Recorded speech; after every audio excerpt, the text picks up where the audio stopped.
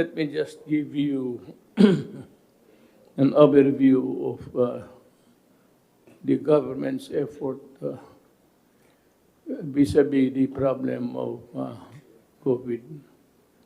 As I have stated time and again, repeatedly, that the only salvation available to humankind at this time of our life is if you are stricken with a virus, the answer is always vaccine. A vaccine is a cultured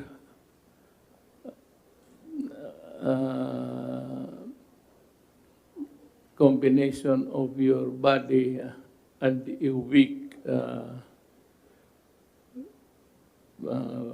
virus, maliit, instead of in attacking 50 sila, you're only given 5, 10, maybe. I'm not a medical person. Pero it will alert your body system, ang iyong defense mechanism, immune, atakihin niya yan, makilala niya. So, pag makilala niya, ang katawan natin mag-produce over time ng anti-viral COVID. Yun ang ano natin. Ibig sabihin sa ating katawan lang rin manggaling ang answer. Actually, it is of no cost to anybody. But for a reason that it's a science and it has to be developed, there's a great expense involved. I would like to thank Russia, President Putin, and China, President Xi Jinping, for offering to provide us with the vaccine as soon as it is possible for distribution to the public. I cannot overemphasize my debt of gratitude. But remember that this is not for free. For after all, they did not develop the vaccine without great expense, and also the human effort involved. Bibilihin natin yan. Kaya lang kung mahal, if it is quite expensive, then I will ask my friend President Putin and President Xi Jinping to give us a credit, parang utang, a credit line, but we will pay not in one payment but by installments. Basta ang sinasabi ko, magbayad tayo. Hindi ito libre. And I would always tell them that we are willing, and if we are short of money by this time, because all of the economy of the world, individual countries have fallen flat. Lahat ngayon nagkakaroon ng economic hemorrhage. It is uncontrollable because people cannot really work, they cannot be productive, and so you have a problem at hand. Sa Singapore, ganun rin. Ang sabi ninyo na pumunta ako, look, let me be very frank. If I want to go to Singapore, I will go to Singapore. If it is a private undertaking, or if I want to attend the burial of a friend, or to pay a visit sa wake, I will go there, fly in, fly out. But alam mo, kung gusto kong umalis, alis ako. I do not have to keep it a secret. because I will not be using at any government funds. Hindi ko ugali yan. And there has been no trip so far that I have undertaken outside of the Philippines using government funds. If at all I go out, it's official, and it is just right that wala naman akong pera pangbayad ng the entourage that goes with me. Hindi ko ito, bakit ko taguin? Hindi naman ako gaya ng ibang salbahes na magamit ng pera ninyo. At bakit isekreto ko? I am under no obligation to travel in secret and not telling the Republic at all. I am a citizen of this country. The right to travel is guaranteed. Kung guaranteed sa inyo, di guaranteed yan sa akin. And I do not have to hide it. I said, I would not be stupid to use government funds. Malalaman ng tao yan. So stop this nonsense about me going to Singapore. I said, if at all. Kung gusto ko pupunta ako. Wala kayong pakialam kung gusto kong pumunta. At I will not, because under no circumstances do I have the obligation to keep it a secret. What for? Pero nilang zero kung magtanan ako. Pero ilang anak ko ang habol sa akin. Inday would lead the pack. At huntingin ako niyan kung magtanan ako. Pero wala naman, ayaw naman sa akin lahat. Hindi, wala na. Pero in the future, yung mga haka-haka, noon pa yan, bago pa akong presidente.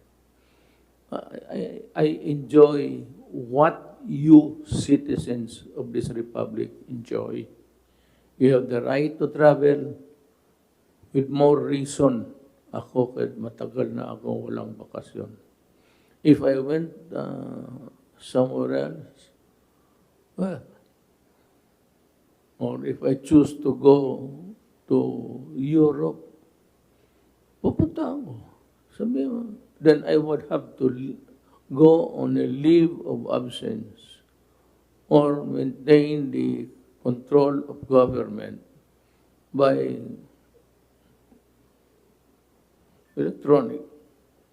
Usually, you leave the realm to the deputy or to the vice. Deputy Prime Minister or Vice President. But that I am not inclined to do that. Pero kung gusto ko, aalis ako.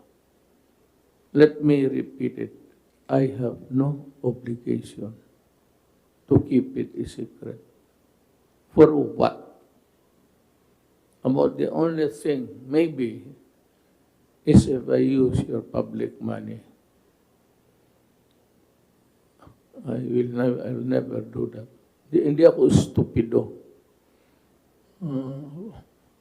Sana naman maunawa ninyo, abogado ako.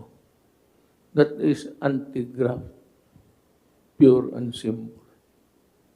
Makikita naman yan sa mga voucher kung gagamitin mo pera ng gobyerno. But if it is a private undertaking, I said, a private trip, you can go ahead. Just leave somebody to take care. It's either usually Bing Bong or Guevara. Or if not, if things are not quite good, then I leave it in the hands of the military. Probably it would be the Secretary of Defense. Kung medyo topsy-turvy ang bayan, and I have to leave. But otherwise, ang isang leader would always stay where the crisis is. Hindi ka dapat maglagalag kung may problema ang bayan. Napakababa naman ang tingin ninyo sa akin kung gano'n. Well, be that as it may, hindi po ako gano'n.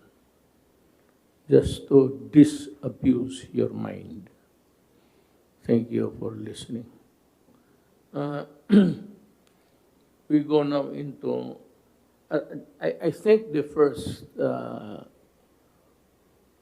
things that we should do is to call on, because you have been the spokesman all along and making the announcement. I'm referring to Secretary Roque. Anong classification and what are the things that are allowed in a modified, and what are the things that are allowed yung wala na, yung talagang all the rest of the Philippines. Gusto malaman ng tao anong kategory na tayo at ano ang magawa namin at ano ang hindi namin magawa. I'd like to ask Secretary Roque to... Magandang umaga, Mayor. Magandang gabi pala po, Mayor, at magandang gabi, Pilipinas. No? Ang naging rekomendasyon po ng inyong IATF, na-anunsyo ko na po yung mga classification ng mga iba't ibang lugar sa Pilipinas, maliban po sa NCR, sa Bulacan, Cavite, Laguna at Rizal. No? Itong mga areas pong ito ay nasa modified ECQ. Ang rekomendasyon po ay ilagay na ang NCR, Bulacan, Cavite, Laguna, Rizal sa GCQ or General Community Quarantine. Ito po ay mas maluwag, mas marami pong industriyang bukas, pwede po ang dine-in sa mga restaurants, pwede po na magkaroon ng religious services pero hanggang 30% lang po. Halos lahat po ng industriya ay magbubukas, bukod na lang po doon sa marami nagtitipon-tipon, yung mga entertainment at yung mga amusement para po sa bata. No? Pero itong decision po ay meron pong mga kondisyon din na isinama ang inyong IATF, lalong-lalo na po sa Metro Manila. No? At ito nga po ay kinakailangan, buksan po natin ang ekonomiya, sabay po yung tinatawag nating refresh. Yung i-refresh po natin yung mga responses natin sa COVID. Kasama na nga po dyan yung mas mainting na testing at nagsisimula na po yung pilot natin para sa food testing kung saan may expand po natin o mas maraming po pwedeng matest sa isang test kit. Magkakaroon po tayo ng yung house-to-house na paghahanap po sa mga symptomatics na nagkaroon po tayo ng pilot nung 2 linggo po na tayo po ay naka-MECQ. Ang tawag po natin yung project code, tutuloy pa rin po natin yan. I-swab po natin yung mga merong simptomas at ihihiwalay po natin yung mga positibo. Gagamitin po natin yung mas malawakang tracing na itinuro sa atin ni Mayor Bagalong. 1:15 po ang magiging tracing natin. At syempre po, gumagawa po tayo ng mas marami pang mga facilities para mas marami po yung mga hospital natin at kakayahan ng gamutin na magkakasakit ng COVID. Kinagagala ko pong sabihin sa inyo, Mayor, na ngayon po nag-inaugurate tayo ng 250 exclusive COVID beds dyan po sa East Avenue Medical Center. No? At dahil po rito, naibsan po yung tinatawag nating critical care capacity. No? Dahil mas marami na po tayong kama ngayon. At yung sinimulan po ni Yusek Bong Vega na One Hospital Command Center ay gumagana na rin po kung saan nagkakaroon tayo ng referral kung saan po pwede po pumunta ang ating mga kababayan. So, pinagsamantalahan po natin, ginamit po natin yung 2 linggo na MECQ para po pag-isipan kung paano tayo magre-reboot, kung paano magre-refresh ng approach. At ito nga pong gagawin natin habang nagbubukas tayo ng ekonomiya, mas mainting na mga pamamaraan para mapalakas po ang testing, tracing, isolation, and treatment. At syempre po, ang palaging pagpapaalala sa lahat, kinakailangan pagsuot ng maskara, kinakailangan po social distancing, kinakailangan po ang paghuhugas ng kamay at face shields kung papasok po sa trabaho at sasakay sa pampublikong mga sasakyan. Maraming salamat, Mr. Mayor. So, napalawak, ulitin ko lang ha, baka hindi, ang General Community Quarantine,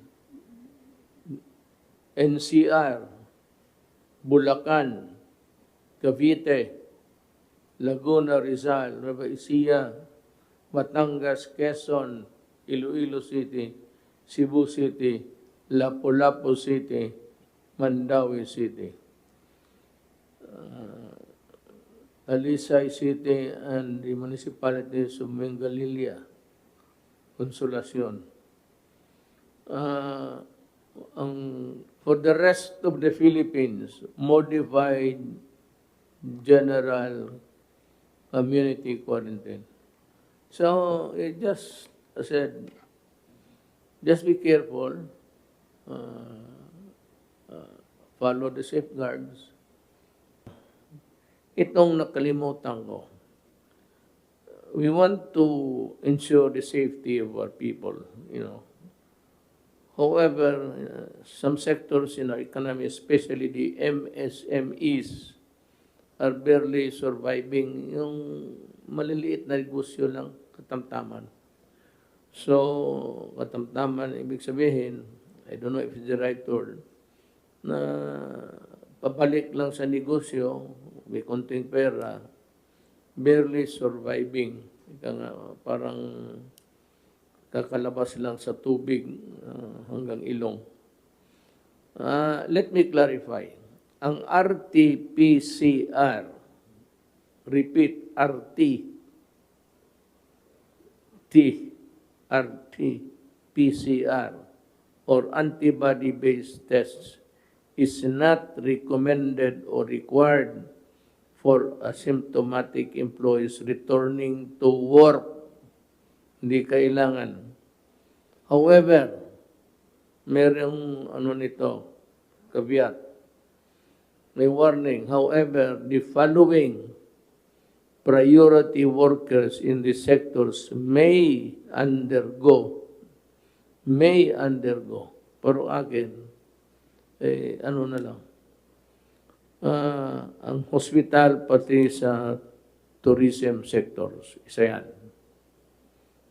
Manufacturing companies and public service providers in economic zones located within special concern areas and those of highest COVID-19 cases. Dalawa ito, hindi nila hinati. Ang una, yung service providers ng mga special, Clark, Subic, and special place where the workers are exposed to COVID-19. They are required because also of the product, the integrity of the product is assured that it is COVID-free or at least sanitized, nalinis, nahugasan. Pangatlo is the frontline and economic priority worker. Workers in high priority sectors in public and private. Hindi ko maintindihan itong high priority kung sino tayo. Ako, unahin muna natin yung tao. Mawala tayo, nandiyan pa ang Pilipinas. Pero mawala ang tao, wala na ang Pilipinas. So, unahin natin yung tao. Have high interaction with exposure in public. Ito yung those who live or work in special concern areas. It could be private or public establishment or area. But the employers, yung mga amo, are highly encouraged to send their employees for testing at no cost to the employees. Now, before I end, kayong mga Pilipino, every day, you see drug cases either busted, arrested, killed, at running into millions ang amount. Makita ninyo sa inyong television. Napakatorpe naman itong human rights pag hindi kayo ano ang ninyo? Magbagbilan lang ng patay? Putang ina din, maglipat kayo ng trabaho. Huwag sa human rights. Punerarya. Kung yan lang man ang trabaho ninyo. What about the social problem? The serious and grave problems of drug addiction in this country. What are you doing about it? At least merong kayong, your advocacy. It does not begin and end in the life of a criminal. Naloko ba kayo? It should be something like you would also do a campaign all around the Philippines warning the citizens about being killed, about being slaughtered if they do drugs. Yan ang tama magawa ninyo. Then, if they are killed despite or in spite of your educating them, then you can always investigate and file cases. Pero itong mga durugista, and most of them are really not from the Philippines, I cannot say, hindi ko ma-pinpoint. Sometimes it comes from China, Malaysia, sometimes dito ginawa, minsan, basta ang akin, isyabu, is isyabu, is isyabu. I do not, hindi ako nag-ano kung saan galing. It's a crime in Malaysia, lalo na sa China, it's a death penalty. Malaysia is a death penalty. Indonesia meets out a death penalty. Tayo lang ang Pilipinas maarte.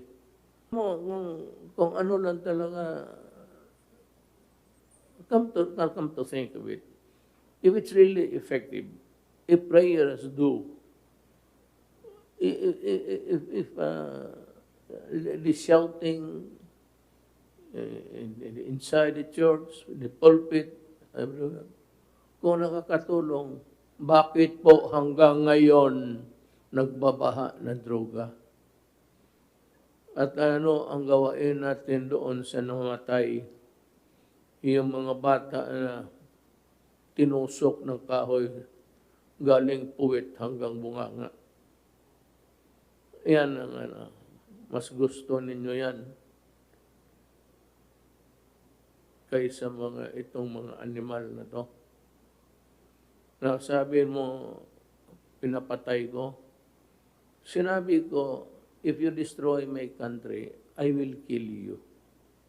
I never said, if you destroy my country, I will order the military or the police to kill you. You must be, don't impose a lie. Sabi ko, I will kill you if you destroy my country. And I will really do it. Malas mo lang kumatimingan. Kung nandyan ako, sabihin ko sa mga police, umalis kayo dyan. Hayaan mo ako dito sa putang inan to. I will do it. Have I done it? How many times? Secret. Bakit ko sabihin sa inyo yan? So I'm just warning that drug really destroys the spirit of a nation. Kasi ang biktima ninyo gunggong na eh.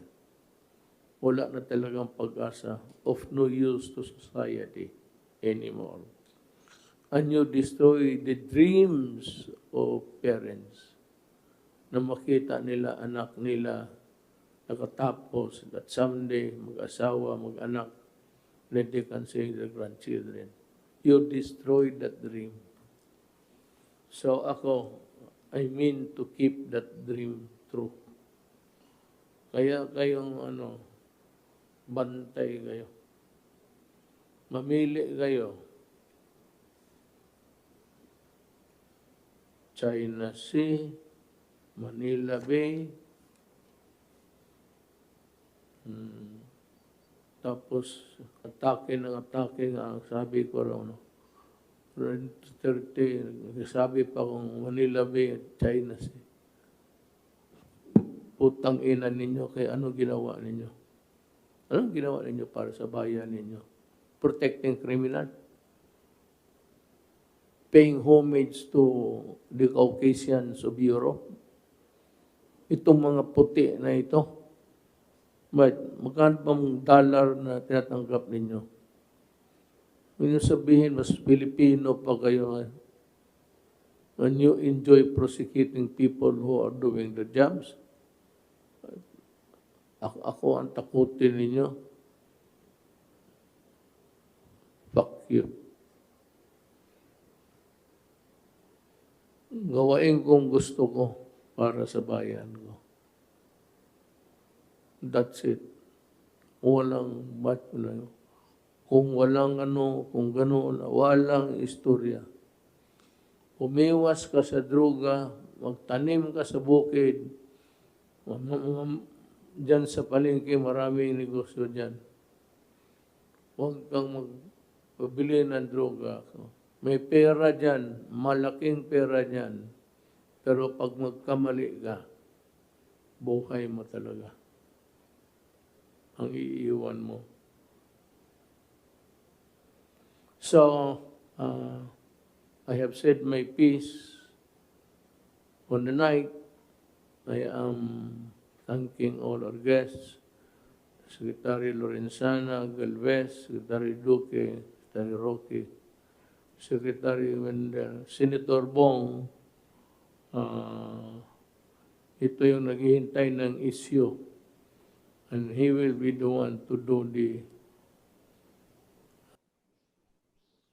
alam niya, may trabaho siya sa Senate. He can always use the forum sa Senate to expose wrongdoings and expose criminality. Maraming salamat po.